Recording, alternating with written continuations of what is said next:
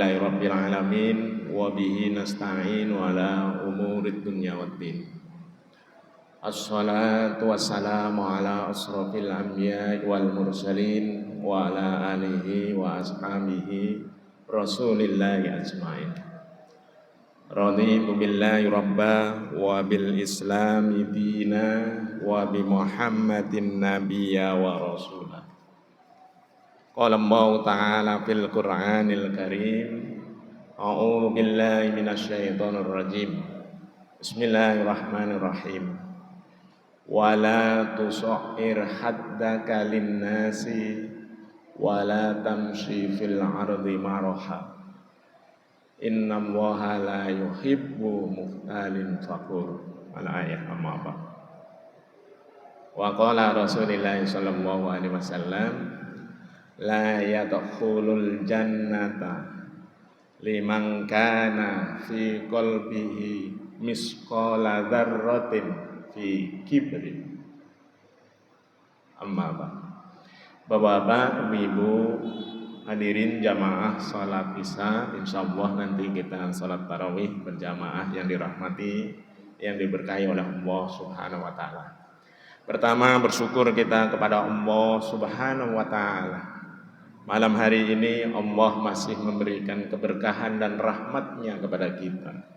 Di antaranya nikmat sehat badan kita, kesempatan kita masih diberi kekuatan oleh Allah bisa hadir di tempat yang mulia ini. Mudah-mudahan kita istiqomah sampai nanti di akhir Ramadan. Amin ya rabbal alamin. Selanjutnya Bapak-bapak, ibu-ibu hadirin jamaah salat Isya dan salat tarawih rahimakumullah. Salawat beriring salam sama-sama kita aturkan kehadirat Rasulullah sallallahu alaihi wasallam. Allahumma sholli ala Muhammad wa ala ali Muhammad.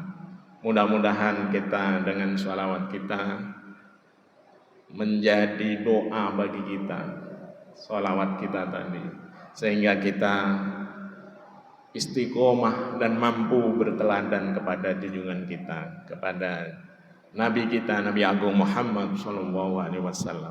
Amin ya rabbal alamin. Bapak-bapak, ibu-ibu, hadirin sekalian yang dirahmati oleh Allah Subhanahu wa taala.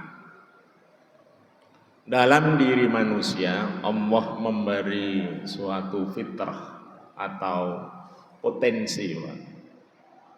Maka di dalam Al-Qur'an misalnya fa'alhamaza fujuraha wa taqwaha. Qad aflaha man zakkaha wa qad khaba man dassaha. Jadi manusia itu punya dua potensi diri. Potensi kepada fujuraha atau wa taqwaha. Nah, ini. Di antara potensi fujuraha, potensi negatif atau yang tidak baik itu tentang sombong. Makanya ini kita ini bapak-bapak, ibu-ibu hadirin jamaah salat Isya dan salat tarawih rahimakumullah. Semua ini kita ini semuanya ini ada benih-benih dalam hati, dalam pribadi kita ini semuanya ada benihnya ya, sombong itu. Dan Ramadan yang kita jalankan ini adalah salah satu berfungsi untuk meredam itu, Pak. Meredam kesombongan itu. Karena kalau tidak luar biasa sombong itu, Pak. Nah, makanya kalau kita Ramadan ini di siang hari kan, terasa kita lemah, tidak berdaya, itu siangnya kan.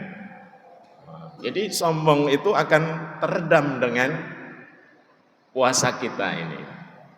Karena kalau tidak akan berkembang dia. Nah, kalau berkembang nanti berbahaya dalam kehidupan kita. Allah Subhanahu wa taala berfirman dalam surat Al-Luqman tadi yang kami bacakan di muqaddimah ceramah tadi. A'udzu billahi minasyaitonir rajim. Wala tusa'ir haddaka linnasi wala tamshi fil ardi maraha. Innallaha la yuhibbu kulla mukhtalin fakhur. Dan janganlah engkau berjalan ya, hidup atau apapun beraktivitas di muka bumi ini, berinteraksi dengan manusia yang lain dengan berlaku sombong. ini, angkuh, congkak dan lain sebagainya. Nah, ini. Karena dalam ayat ini, innallaha la yuhibbu kulla mukhtalin fakhur. Sesungguhnya Allah tidak mencintai, sangat membenci orang-orang yang berlaku sombong dan angkuh dalam hidup ini. Nah, ini. Bapak-bapak, ibu-ibu hadirin sekalian yang dirahmati, yang diberkahi oleh Allah Subhanahu wa taala. Setiap manusia ada potensi dan ada dalam pribadi ini benih-benih kesombongan, Pak. Nah, ini makanya yang kita waspadai ini. Dan dia tidak pandang bulu, kesombongan itu kadang hinggap dalam diri manusia ini, Pak. Yang orang ahli ibadah, ahli amal itu dihinggapi juga. Karena setan, iblis ini luar biasa, Pak. Jadi makanya sombong ini bukan hanya orang yang biasa dan bodoh saja, enggak. Orang yang beramal dia akan dihinggapi kesombongan jika tidak ikhlas. Maka sebab kesombongan bisa dari amal, ibadah. Oh, saya ini lebih khusyuk ibadahnya, lebih fasih misalnya bacaannya dan lain sebagainya. Ingat, karena kesombongan bisa disebabkan dari amal atau ibadah yang dilakukan ketika manusia tidak ikhlas.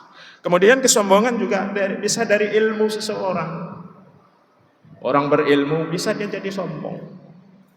Hati-hati, merendahkan orang, menganggap orang lebih di bawah dari kita atau kita merasa lebih tinggi dari orang, itu sombong, Pak. Mungkin karena ilmunya kan gitu kan. Nah, itu. Kemudian juga bisa karena nasabnya. Oh, saya ini keturunan dari sini dan lain sebagainya. Oh, saya ini dari suku yang hebat. Maka kalau orang Yahudi itu kan merasa suku yang terbaik kan. Suku bangsa terbaik yang diciptakan oleh Allah. Memang orang Yahudi memang suku bangsa pilihan, tapi itu ternyata menyebabkan kesombongan. Maka kita bisa lihat ya bagaimana orang Israel, Bani Israel itu membantai, memusnahkan saudara-saudara kita, misalnya orang Palestina dan lain sebagainya. Kemudian sombong juga bisa disebabkan karena harta. Banyak harta, kita punya mobil, punya rumah yang bagus, punya mobil yang mewah dan lain sebagainya dengan harta. Atau mungkin dengan kedudukan. Makanya ini bapak-bapak, ibu-ibu kaum muslimin jamaah sholat Isya dan sholat tarawih yang dirahmati oleh Allah Subhanahu wa taala. Virus, penyakit sombong yang merupakan penyakit hati, penyakit jiwa, ini bisa menghinggapi siapapun. Bisa dia datang dan bersarang kepada diri seseorang, siapapun dia tidak pandang bulu tadi, bahkan seorang ahli ibadah sekalipun, karena mungkin tidak ikhlas dan lain sebagainya. Bapak-bapak, ibu-ibu hadirin jamaah salat Isya dan salat tarawih rahimakumullah. Maka Ramadan salah satu fungsinya adalah untuk meredam benih-benih kesombongan yang ada dalam diri manusia ini.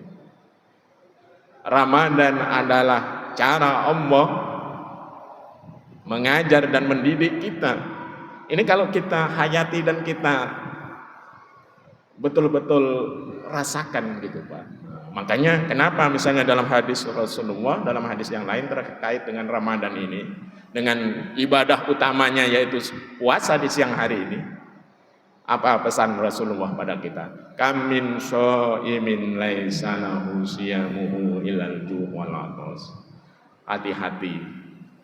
Kadang kita berpuasa Ramadan, tapi nilai dan perilaku yang harus nampak setelah Ramadan atau bekas dari ibadah Ramadan itu kadang nggak nampak. Makanya Allah lewat lisan Rasulullah mengingatkan kepada kita seperti dalam hadis ini. Bisa jadi puasa kita tidak bisa meredam emosi kita, sombong kita. Justru kadang puasa nanti setelah maghrib berbuka atau nanti setelah Ramadan itu selesai Idul Fitri, yang timbul kesombongan misalnya kan, dengan berbangga-bangga hartanya, dengan berbangga-bangga pakaiannya dan lain sebagainya. Ingat, padahal Ramadan adalah bagian dari cara Allah mendidik kita agar dalam hidup kita ini Jangan memperturutkan kesombongan. Karena ingat kaum muslimin jamaah sholat isya dan sholat tarawih rahimakumullah. Dalam suatu kisah ketika Allah subhanahu wa ta'ala menciptakan Nabi Adam, kemudian Allah memerintahkan kepada malaikat untuk menyuruh seluruh makhluk yang diciptakan oleh Allah untuk bersujud kepada Nabi Adam. Tapi ada makhluk yang namanya iblis atau syaitan, dia menolak untuk bersujud kepada Adam alaihi salam, manusia itu. Apa yang menjadi dasar dari iblis itu menolak? Bukan karena dia tidak taat pada Allah, artinya maksudnya dalam ibadah bukan dia tidak bagus. Iblis itu bagus ibadah, ilmunya mantap dan lain sebagainya. Tapi karena sombong. Nah ini karena sombong itu. Makanya sombong bisa menghinggapi dan akan bisa bersarang kepada siapapun jika kita tidak hati-hati dalam hidup ini. Karena apapun kadang yang ada dalam diri kita bisa menimbulkan yang namanya kesombongan itu. Dan ingat hadis Rasulullah Sallallahu Alaihi Wasallam yang kami sebutkan di dalam muqaddimah pengajian tadi. Jadi kata Rasulullah, tidak akan masuk surga orang yang ada di dalam hatinya sekecil zarah ada yang namanya sifat kesombongan. Karena apapun nanti yang kita buat, apapun yang nanti kita kerjakan akan menjadi hal-hal yang sia-sia karena kesombongan dan karena keangkuhan dari kita atau dari makhluk itu sendiri. Bapak-bapak, ibu-ibu hadirin jamaah sholat isya dan sholat tarawih yang dirahmati oleh Allah subhanahu wa ta'ala. Mudah-mudahan Ramadan ini menjadi bahan renungan kita agar penyakit-penyakit yang ada dalam diri kita, penyakit jiwa, penyakit rohani, diantaranya tentang kesombongan ini bisa paling tidak teredam dan kita kurangi, Pak. Kalau kita hilangkan sama sekali, ya wallahu a'lam, mungkin ada yang bisa. Tapi yang bisa mungkin Rasulullah SAW. Mungkin kalau kita pada tarafnya adalah mengurangi, bisa memperkecil dan lain sebagainya. Karena akan selalu itu ada. Ketika kita tidak mengontrol diri, maka sombong akan selalu muncul. Karena bersamaan dengan itu, mungkin ada dalam diri kita, ada rizki yang dilebihkan oleh Allah. Kedudukan kadang yang Allah tinggikan kita daripada kawan kita atau saudara kita yang lain. Maka itu bisa akan menimbulkan atau menyebabkan benih kesombongan yang timbul dalam diri itu. Mudah-mudahan yang singkat ini bermanfaat dan mudah-mudahan menjadi renungan bagi kita semua. Mudah-mudahan kita ingat ketika siang hari di bulan suci Ramadan itulah bagaimana lemahnya kita sehingga teredam emosi, kesombongan, keangkuhan dan lain sebagainya. Dan itulah sebenarnya yang harus tertanam dalam pribadi dan dalam kehidupan kita setelah Ramadan ini berakhir. Karena keberhasilan Ramadan itu ketika kita nanti bisa mewujudkan perilaku-perilaku dan didikan-didikan Ramadan yang baik ini dalam kehidupan kita setelah bulan suci Ramadan ini. Demikianlah kurang lebihnya, mohon maaf. Wabillahi taufiq wal hidayah. Wassalamualaikum warahmatullahi wabarakatuh.